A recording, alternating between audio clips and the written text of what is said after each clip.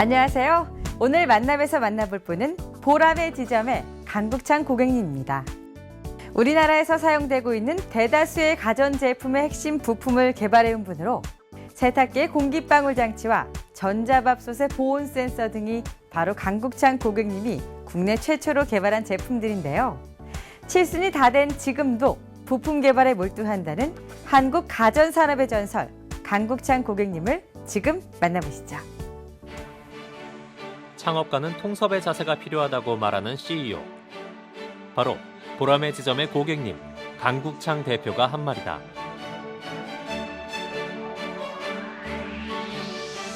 강국창 대표를 만나기 위해 찾아간 곳은 성신하이텍 주식회사.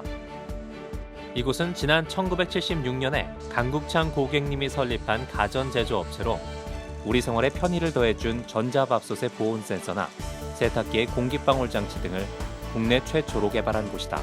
냉장고나 에어컨이나 이런 업계에서 아직까지 현업에 있는 사람은 내밖에 없을 거예요. LG에서 냉장고를 시작했던 사람, 초기에 삼성에서 냉장고를 했던 사람, 초기에 대우에서 했던 사람은 나를 다 지금 알지. 그런데 그 사람들은 지금 다 노인네들이 돼가지고 지금. 그러니까 원로 중에 원로라고 할 수가 있겠지 지금. 한국 산업화와 함께 한평생을 살아온 강국창 고객님. 성신하이텍 주식회사 외에도 가나안 전자정밀과 동국전자 등을 함께 경영하며 가전제품에 들어가는 다양한 부품들을 삼성이나 LG 같은 대기업에 공급하고 있다. 대우 한창 공기방울 세탁기인데 우리가 만들어진 그 펌프가 공급이 안 되면 공기방울이 나오질 않는 그런 성능 부품. 국내 최초로 개발을 해서 그걸 필요로 하는 우리가 만들지 않으면 수입을 해와야 되는데 그 수입을 대체해서 국가 산업에도 많이 기여했다고 자부를 하고 있습니다. 기술이 없던 시절 오로지 실력만으로 제품 연구에 매진해온 강국창 고객님. 10개의 계열사를 운영하며 성공한 사업가의 대표적인 인물로 손꼽히는데요. 하지만 사업가로 성장한 자신은 기적이다라고 말할 정도로 강국창 고객님은 힘든 유년 시절을 보냈다고 합니다. 강국창 고객님은 강원도 태백 탄광촌에서 태어나 초중고등학교를 다녔다. 집안 형편도 넉넉지 않은 데다 형제가 9남매나 되다 보니 대학 진학도 쉽지만은 않았다.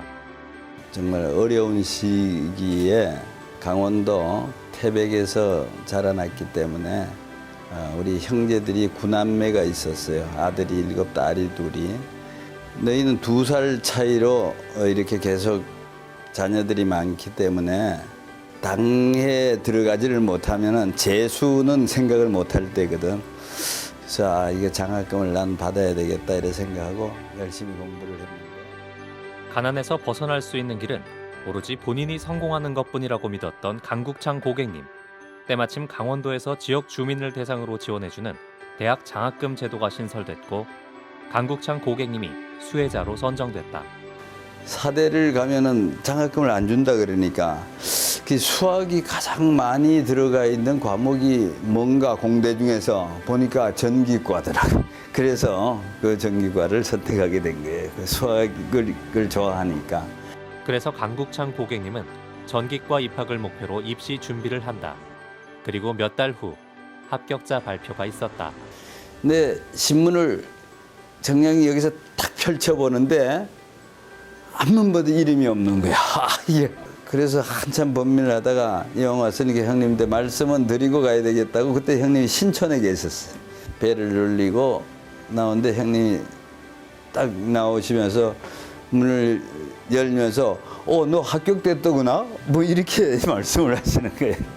아니 나는 굉장히 여러 번을 살폈는데 내 눈에는 내 이름이 안 나왔어. 신문에다가 이렇게 표시를 해가지고 왔더라고. 그걸 보면서 보니까 확실히 내 이름이었어. 근데 왜 내 눈에는 그게 안 띄었는지. 1961년 강국창 고객은 당당히 연세대 전기공학과에 입학을 했고 동시에 꿈을 향한 준비도 차근차근 해나갔다. 요즘처럼 입사하기가 굉장히 어려웠어요. 시험을 쳐서 들어가는데 동신화학그룹에 입사를 했습니다. 그때는 아마 한 비율이 한 20, 30대 1쯤 되지 않았나 이래 생각하는데 거기 들어가서 회사 직장 생활을 시작을 했죠. 어디 가나 이게 남하고 똑같이 하면 안 되지 않느냐 이런 생각을 했습니다. 그 싫어하는 사람들 숙직을 내가 거의 다 대신해 주는 거예요. 그러면 숙직하면서 이렇게 잔업하는 사람들을 다니면서 많이 도와주는 거지. 구매부서 하는 거 이렇게 돕고, 격리부서 하는 것도 돕고, 총무부서 하는 것도 이렇게 돕고, 이러다 보면 그 사람들이 굉장히 고마워도 하면서 나는 그 사람들이 무슨 일을 하나 그걸 다 등록으로 배우게 되더라고. 알게 모르게.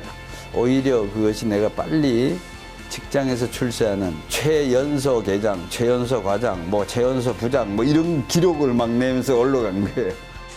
직장생활 5년 만에 부장 자리까지 초특급 승진을 한 강국창 고객님은 1976년 사직서를 내고 지금의 성신하이텍 주식회사의 모태가 되는 성신화학을 설립한다. 그때 이제 개발부장, 기술부장을 하면서 굉장히 안타까운 거는 케이스만 만들고 나머지는 다 수입을 해야 되거든. 그게 굉장히 안타깝죠. 내가 국산화를 업자들로 하여금 자료를 다 줘가면서 자꾸 개발을 시키는데 안 되는 거야. 그러니까 이거가 안 되냐 그러면 할 수 없이 내가 나가서 한번 해야 되겠다. 퇴직금 가지고 이제 투자를 해서 해보니까 어렵긴 어렵더라고. 그 한 2년 동안 고생 식사도록 해가지고 겨우 이제 시제품을 만들고 그러면서 결국 개발에 성공해서 수입해 오던 거 그때는 상공부에서 수입 허가를 해줘야 됐어요.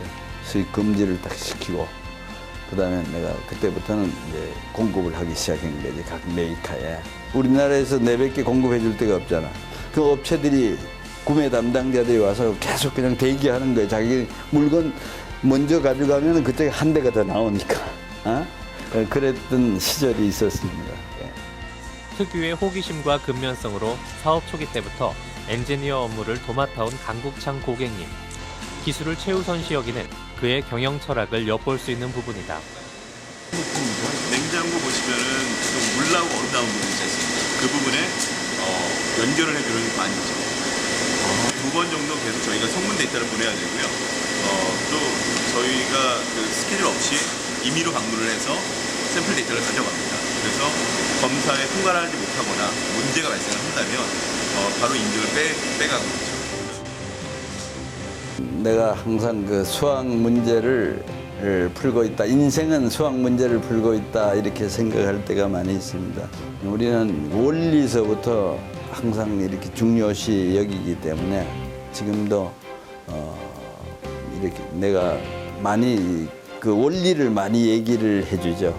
왜 이렇게 돼야 되느냐 하는 것을 그 일반 기술자들이나 이 기능자들은 그런 원리보다 결과에 대해서 어떤 과정을 거치든지 그 결과만 나오면 되지 않느냐 이렇게 하는데 거기다가 이제 원리를 접목시켜 가지고 하면은 아무래도 이론이 밝은 사람이 리더가 이제 되는 거죠. 하나의 제품뿐 아니라 모든 가전제품에 대한 지식을 섭렵하고 더 나아가 뭐든 배우고 익힌다는 강국창 고객님. 사장이 된다는 얘기는 특히 제조업의 사장이 된다는 얘기는 공과대가 있는 과가 몽땅 다 들어가는 거다. 내가 전공한 그것만 알면은 그건 전문가는 될 수 있을지언정 CEO는 될 수가 없다. 평소 강국창 고객님은 통섭의 자세를 갖춰야 한다고 강조해 왔는데요. 그동안 쌓아온 탄탄한 기본 지식을 바탕으로 전혀 다른 새로운 사업 분야의 도전장을 내밀었습니다. 40년 넘게 전자부품업에 종사해온 강국창 고객님은 휴양 사업에 관심을 갖게 됐다. 이것이 과연 계속 이 미래 산업으로 우리 후손들에게 물려줄 산업인가 나는 그렇게 생각하지를 않았거든요. 그래서 그 우리나라의 미래 산업은 뭐냐?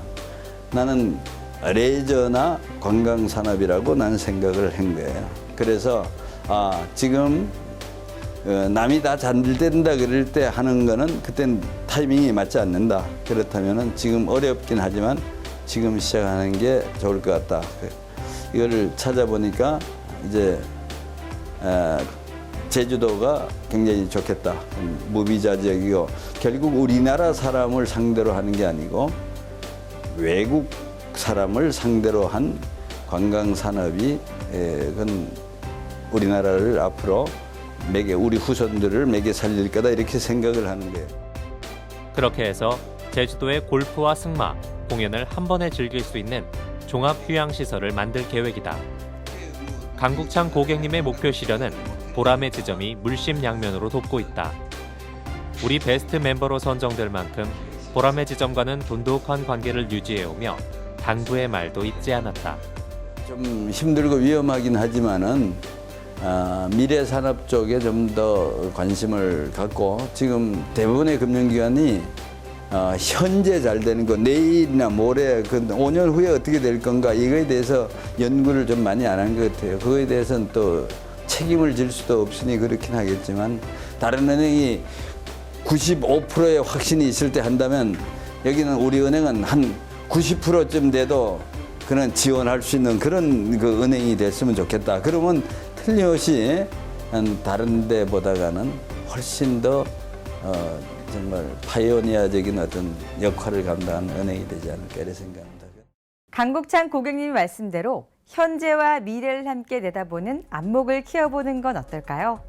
오늘 준비한 만남은 여기까지고요. 다음 시간에도 소중한 우리 고객님을 모시고 찾아오겠습니다.